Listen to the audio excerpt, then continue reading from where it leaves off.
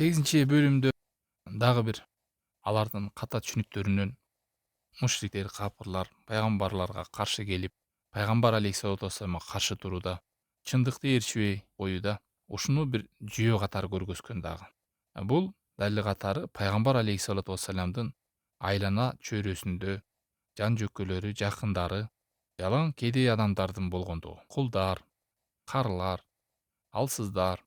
Анан ушул нерсени карап, биздин арабыздагы байлар, мансаптуулар, күчтүү адамдар жок экен. Жалаң көчөдө жүргөндөр алсыздар экен.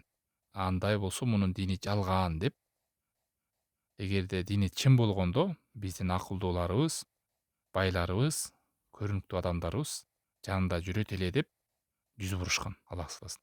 Тек гана алсыздар ээрчийт турбайбы деп.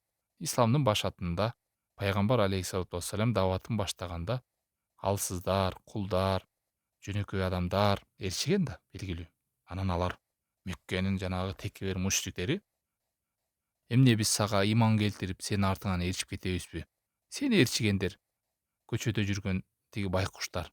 Ошолор ээрчип жүрбөйбү? Биз дагы ошолордой болуп сени ээрчип кетебизби деп текеберленишкен. Субханалла. Дагы эмне дешкен? Эгерде бул диниң акыйкат, чындык болсо, биздин арабыздан Алла таалам бизди тандабастан сага жан жөкөр жакын кылып, ушул алсыздар, кулдарды Алла таалам көрүп, ушуларга арнап калдыбы бул жакшылыкты деп. Андан кийин Алла таалам жооп берген.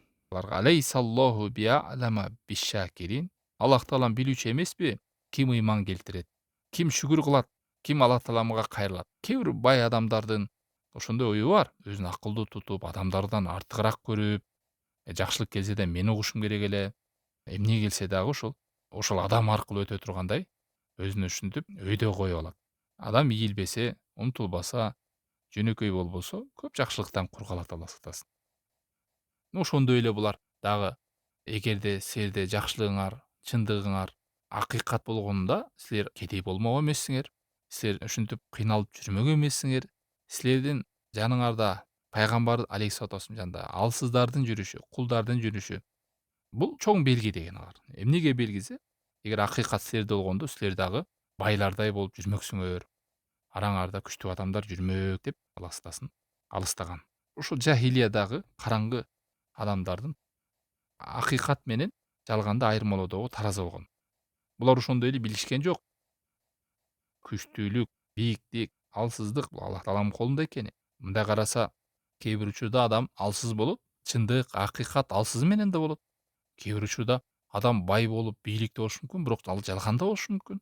Бийликте, байлыкта болуп калса эле анын сөзү чын боло бербейт, анын түшүнүгү чын боло бербейт. Кээде академик, профессор болуп деле түшүнүктөрү ката болот. Мына ушундай мурунку пайгамбарлардын да коомун чакырганда айрымдары ушундай жүйөлөрдү келтирген. Эмне деп? Сага кантип ыйман келтиребиз, сени ээрчигендердин баардыгы мындай бир жөө жүргөн алсыздар, көчөдө жүргөндөр деп байманаптар, колунда барлар мактанып, адам катары көрбөй, алсыздарды үстүнөн карап, аласыздар ушинтип акыйкаттан жүз буруп, топон сууда кайыкка түшпөй өлдү го чөмүлүп.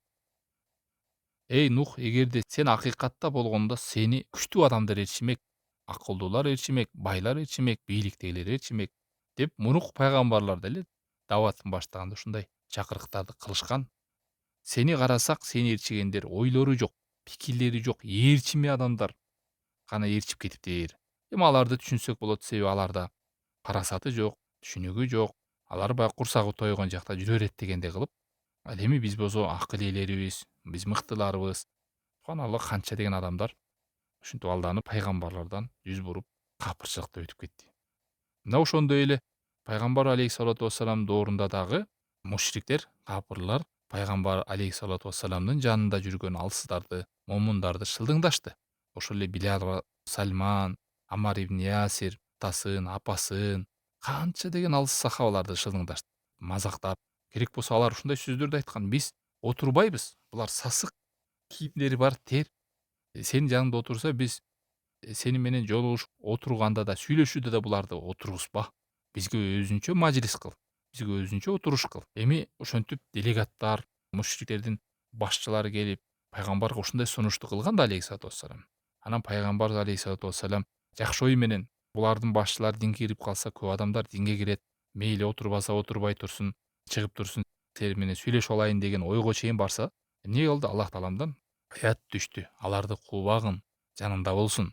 Алар эртең менен кечинде Аллах тааламды эстеп, бул дүйнөдө Аллахтын жүзүн гана, ыраазылыгын гана каалаган адамдар деп. Субханалла. Мына ошондой.